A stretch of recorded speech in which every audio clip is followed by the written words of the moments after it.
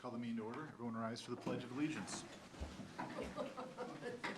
Pledge of allegiance to the flag of the United States of America and to the republic for which it stands, one nation, under God, indivisible, with liberty and justice for all. Mr. Mayor, would you like me to read the virtual meeting protocols? We have 3 people participating virtually tonight. Please. Everybody, welcome to the Elko New Market City Council meeting for January 26th of 2023. This meeting is being held in a hybrid format. This format allows the public to view and participate in the meetings through Zoom in addition to attending the meeting in person. As a result, in order to conduct the meeting in an orderly manner, certain protocols are to be followed. The host will keep all participants muted until public comment is requested or the public hearing is opened. The City Council will first solicit comment from those attending the meeting in person. At the appropriate time, the mayor or host will specifically solicit comment from the Zoom participants. Comment will be solicited from those participating via their PC or phone application. And if you wish to speak, please raise your hand virtually. I'll give a quick demonstration on how to do that. On your application on your phone or PC, if you go to the bottom menu and click on reactions, it will raise a small set of selections. If you then click on the raise your hand option, we'll be able to see that you have your hand raised and would like to speak, and you do the same to lower it.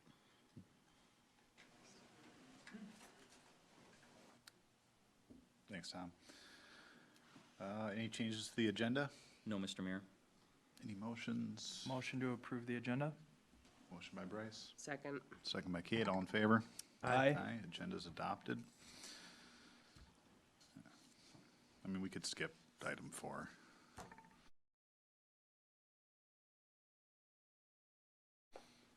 No, I'm kidding. No, let's do that. So, for the audience, this is a ceremonial swearing in for the mayor. Because he was unable to attend the first meeting of the year, it wasn't done at that time, so it was done outside of the meeting prior to the last special meeting. So we're doing it for ceremonial purposes now. Mr. Mayor, could you raise your right hand and repeat after me?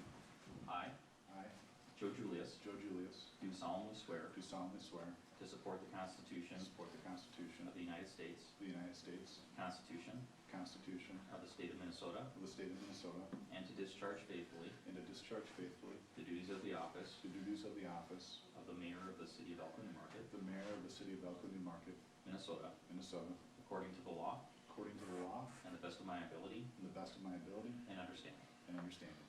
You're so small. Thank you.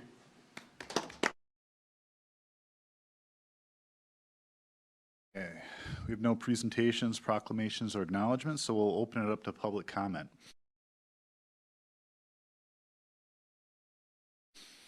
Is anyone here to speak under public comment? Please, step up to the podium and give your name and address, please.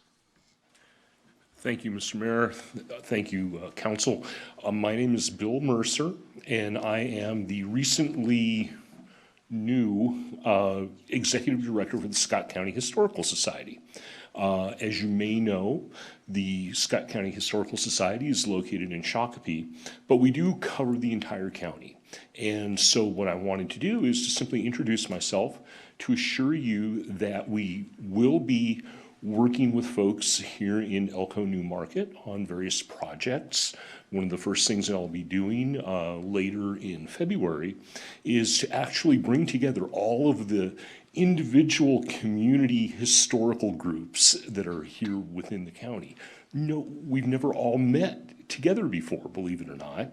And so this is going to be our way to try to coordinate efforts, cooperate with each other, and to avoid any sort of competition or anything like that. With the Scott County Historical Society acting as a resource for all of these groups so that we can, you know, be the kind of asset that the county deserves and wants. Because ultimately, when you're talking about organizations like this, these kind of nonprofit organizations and cultural organizations, historical society, museum kinds of things, it is a quality of life issue. And that's what we will intend to be doing through relevant exhibitions, programs that will acknowledge the past and embrace the present and help our communities get ready to go down the road into the future. So with that, I just wanted to say thank you again, to introduce myself, and to let you know that we are out here doing our thing. We appreciate it. Thank you. Thank you. Thank you all very much. Anyone else? No? Hi again. Welcome. Hi, thank you. I'm Vita Conitz, 9830 247th Street East in Lakeville. Could Renee or somebody please pull up the map that shows where the new wells will be, proposed wells? Would that be handy? There are no new proposed wells. Yeah, at this point, there aren't any. I'm looking at proposed 2040 water system, and it shows well 4 is in the central northern part. That exists already. That's the well that we primarily use to serve the city right now. And then there's a well 5 through 9 that says proposed. So those are future, and so we can look at the map, but they aren't, those locations haven't been selected. We expect that they'll be somewhere up in that area, but there are no wells proposed or planned or under contract or even under design at this point. But for I can reference, display it's that. the 2040 Yeah. water system plan, I believe, so. Do you want me to share my screen?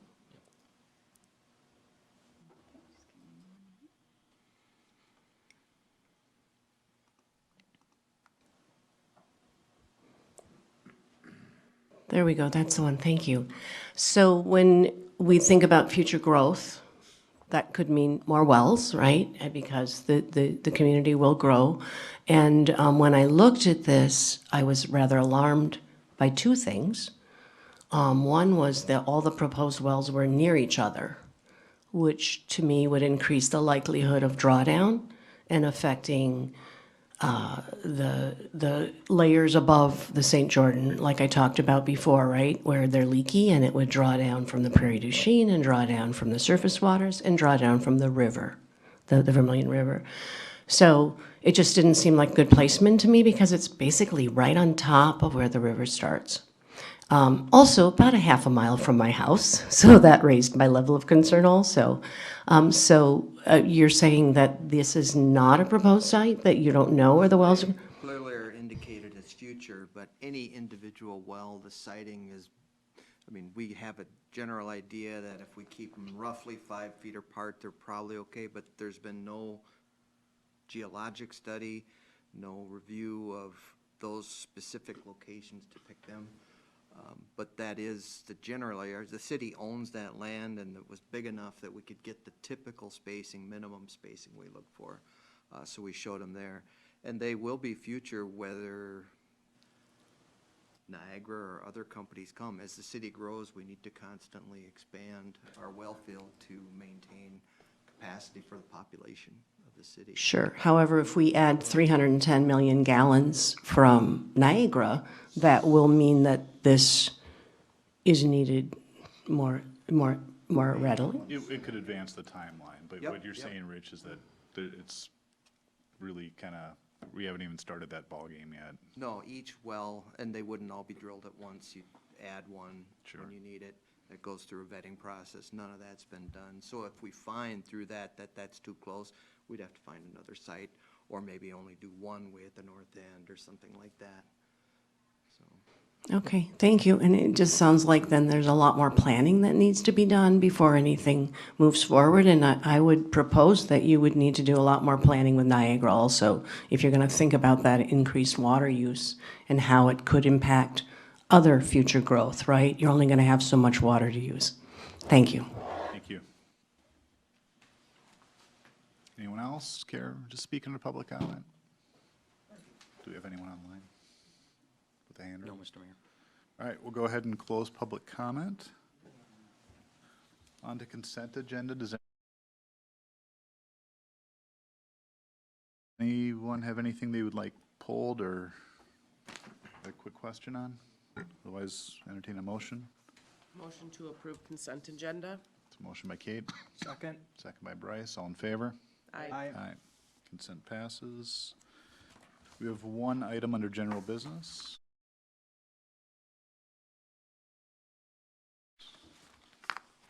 Yep, so the council had directed staff back in December to take a look at and return to the council for discussion regarding the age for eligibility in our senior discount program. The council had previously established the program a number of years ago, back in 2020, so 3 years ago. And the idea was to provide a discount to more mature citizens who were likely living on fixed incomes, to give them a relief from our relatively high base rates. And so what the council actually ended up approving was a 50% discount on both the water and sewer base rates. At the time that we did the analysis, we anticipated that participation in the program would be between 4 and 5% based on what other communities who had a program like this were seeing with regards to their level of participation. And those communities, quite honestly, had a more diverse demographic within their communities with regards to age than we did. So based on those projections, we were assuming, we assumed it would be around 72 accounts, and that the lost revenue combined to water and sewer would be about a little over $27,000. At the time, our financial analysis indicated that at that amount split between the two funds, it wasn't sufficient to have a meaningful impact on the health of the funds. As we move fast forward in time, for the purposes of this exercise, we went back and revisited the actual impact to the fund, which we really haven't conducted that analysis since 2020. We do know that our participation is double what we had anticipated, so therefore double what other cities are seeing. So it's a very popular program. So we're currently seeing participation around 130 accounts, or 9%. If we apply that same level of participation to a lower extended age, we use 62 years of age because that was the number that was requested during public comment and directed by the council, we would be looking at an additional 45 accounts, or an additional 3%. So we'd be looking at something around 12% participation of our total accounts in the city. And we'd be looking an additional reduction of, a total reduction then of almost $51,000 total between water and sewer, $27,300 in water and $23,004 in sewer. As we move forward, it's really up to the council to decide whether or not we want to extend it. The rationale for the 65, because that was one of the questions that we had, was that 65 is commonly used as an age-based qualifier for seniors. The rationale for it is when you become fully eligible for Medicare benefits, and for people who are currently in that age range, it's also when you become fully qualified for a lot of Social Security benefits as well. For those of us that are a little younger, it could be 66 or 67, but for the people that are now there today, it's 65. So a lot of programs use that because otherwise, if you're saying, well, are you retired, people would have to submit information. It would be very burdensome. It'd be very intrusive, and so it becomes kind of a very easy to administer catch mark that everybody that's 65, there are some that don't retire at 65, but most people at 65 you can assume are retired or very close to retirement age. So that's why the number was selected at the time. The council's being asked to provide direction on whether or not we make a change from that to move to something else, for instance, down to 62 years old. From a budget impact analysis, we did take a look at that. Kelly ran some numbers for me, and I got them yesterday afternoon. I took a hard look at them. Long and short, the impact to the fund obviously is notably higher than we had originally anticipated, but bearable within the account. The council just has to be aware that if we keep expanding the age, we're going to see continued drag on the finances of the fund. Basically, our reserves will not be as high as they otherwise would be. Now, if we reduce it to 62, is the fund going to puke out? There's my technical term again. I was going to ask you, so Yeah. I'm glad you mentioned it. No, but the line will flatten with regards to our ability to build reserves, get to where we are going to be in the future. It'll be just one more demand. Now, the modeling we did does not include Niagara, okay? Because it's not approved, it's not a sure thing, and so we felt it was conservative and appropriate not to include it. However, based on the financial modeling we've done with Niagara, that would change the equation, but we can only make a recommendation on what things are today. Thanks, Tom. Let's lower water fees. Let's lower it. And I think we're justified. 325F.71 in Minnesota statutes, that's where I got the 62 from. That's with, when it comes to like consumer protection and stuff like that.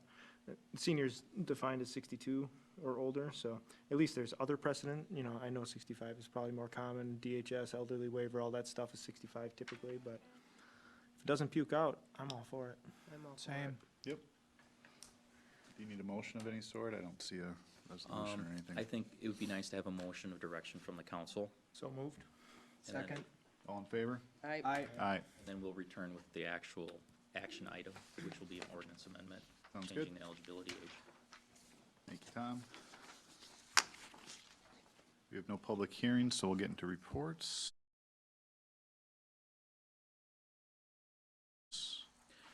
We are seeking direction from the city council regarding the appointment of commissioners. We'll start with the planning commission. We have two commissioners whose terms are set to expire at the end of March. One is Tara Schroeder. Commissioner Schroeder has indicated that she is not seeking reappointment. So we would automatically have a vacancy. And Commissioner People, Casey has indicated that he is seeking reappointment to the commission. As the council is well aware, the default that we've had is when terms expire, everybody reapplies. However, there have been frequent exceptions to that. If there's already been a fair amount of turnover on the commission, it might result in potential loss of institutional knowledge, and so on and so forth.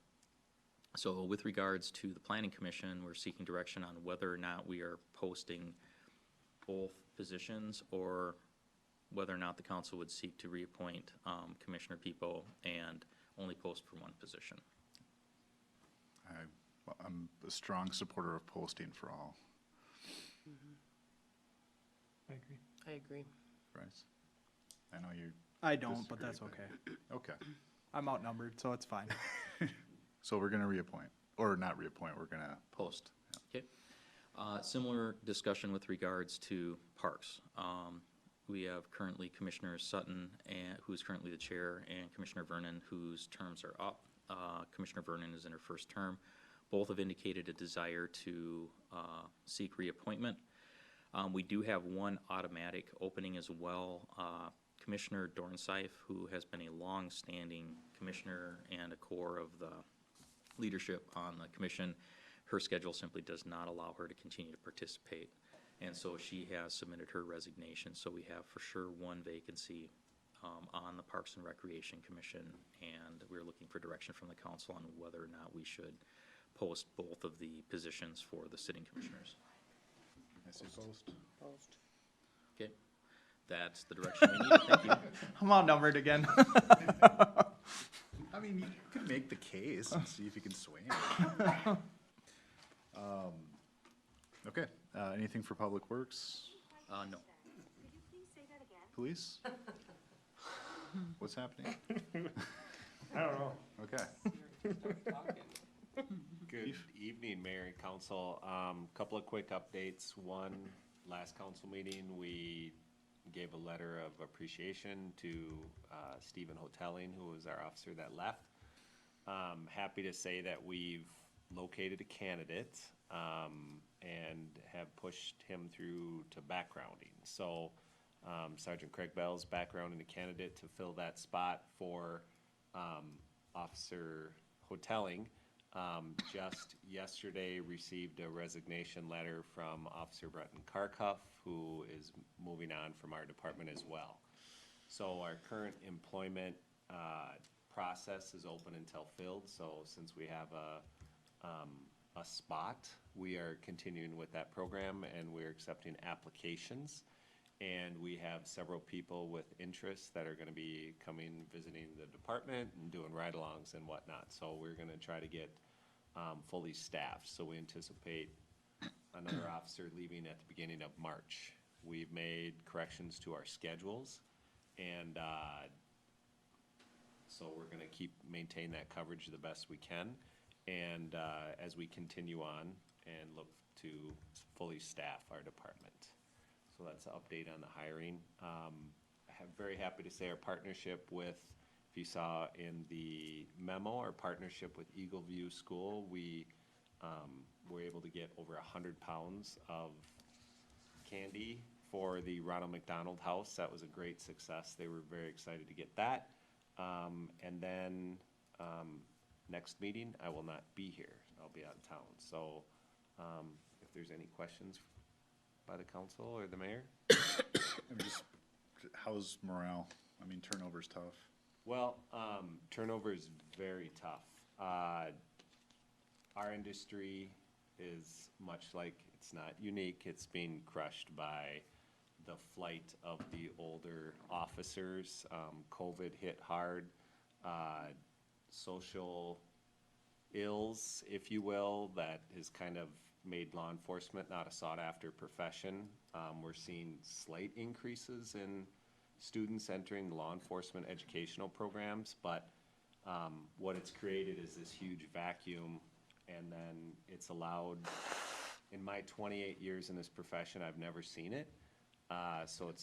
And in my studies of law enforcement, it's unprecedented. We've never had a period like this in last 100+ years of modern policing. So it's uncharted waters. We're not sure where it's gonna go, but we're looking, the Minnesota Chiefs of Police Association, which I'm a part of, we're doing some strong lobbying efforts to try to get some funding to create initiatives to get people to go into law enforcement.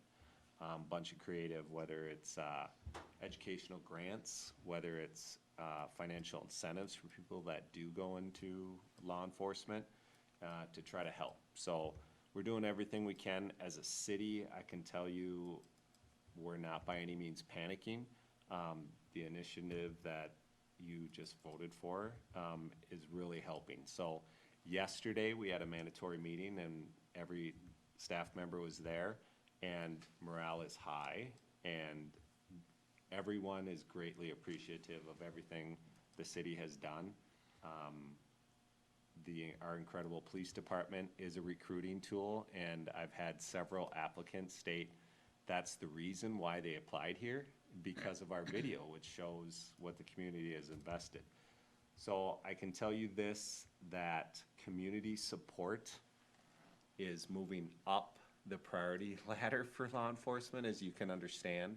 Law enforcement officers don't desire to work for communities where they don't have support in them.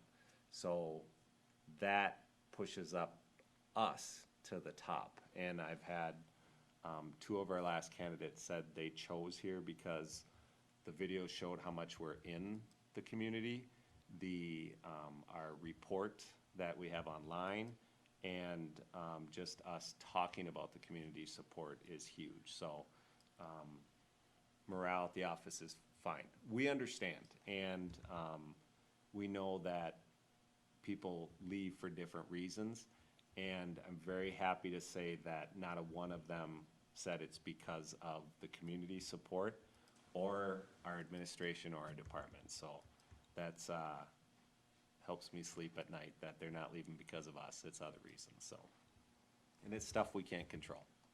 So thank you for asking, but the officers that we have, great morale, and they're just making the adjustments needed. Thank you. Engineering, No report. okay. Community development, I'll stand for questions if you have any. anything for parks? Hang on, Commissioner Wolf. No. Can I close. skip just before he's gotta go? What do you? I wanted to thank Commissioner Wolf. It's your show. whatever Yeah, you no, want. I just wanted to thank you and Commissioner Weckman-Brecky for the letter that Scott County sent to the Minnesota Board on Aging. So I now sit on the Trellis Board of Directors. It's formerly known as the Metro Area Agency on Aging. And Commissioner Wolf and Weckman Brecky signed a letter of support. We're going through a whole intrastate funding formula revamp, so I asked for support, and they jumped all over it, so thank you. Thanks. Thanks, sir. Oh, all good. Guess nothing to add to parks? No, Mr. Mayor. CCEC, nothing. Scale, next scale meeting isn't, what is it, next week? No, scale exec is next week, and then the scale general meeting is the following week. Any service delivery? Mostly lining up the upcoming agendas. There was some discussion related to the LETG, our Law Enforcement Information System outage that we had over the holidays, and the process for looking at its replacement system and the options that the county is exploring. Okay. I-35, Next meeting is February 9th, and the city's presentation has been moved to the March meeting, so now Elko New Market will present on our interchange on March 9th. I did get some information back from the chair, that they have never had public attend the meeting. However, they're not saying that the public can't come. They don't want a whole room full of people because they don't have the capacity for it in the particular room. And the chair also mentioned that she would not be taking any type of public comment during that meeting if the public did show up. So she wanted me to pass that on. any discussion by council? I got two quick things. Go ahead. One of them, just so you guys know, there's a bill going through, and maybe you saw this in the Metro Cities notes, but there's House File 198 and Senate File 455, which is the companion that may modify the open meeting law. So if you're sick, they're removing the requirement that it can only happen during a public health emergency. So it's passed out of the House, or it's passed through committees on the House, on the floor, and then it'll go through the Senate and likely go through that process. So still limited to 3 times a year, but it doesn't have to be within a public health emergency. So that'd be kind of cool. Be allowed to remotely participate then. If you're sick or a family member sick, yep. Nice. Or military, which was the other criteria, so. Nice. And then the other thing was, and I shared it with Tom, I was asked to sit on the interview panel for the new Prague superintendent hiring, so that'll be on February 22nd. So Assistant Superintendent Boothie asked that I sit on that and represent Elko New Market side, so. You're a great one to do that. Any other discussion? I just wanted to thank Linda for her work on the December 15th meeting minutes. We just approved those tonight, and reviewing all those minutes, she did a fantastic job, so. Lots of helpers, so I can't take all. Oh, good. Well, then, everybody who helped, Thank you. thanks to everyone who All of you. took care of those, because I think it was 80-plus pages, so. No, that's not easy. Anything else? Or any motions? Motion by Kate, Second? second by Bryce, all in favor? Aye. Aye. It's adjourned. Thank you, everybody.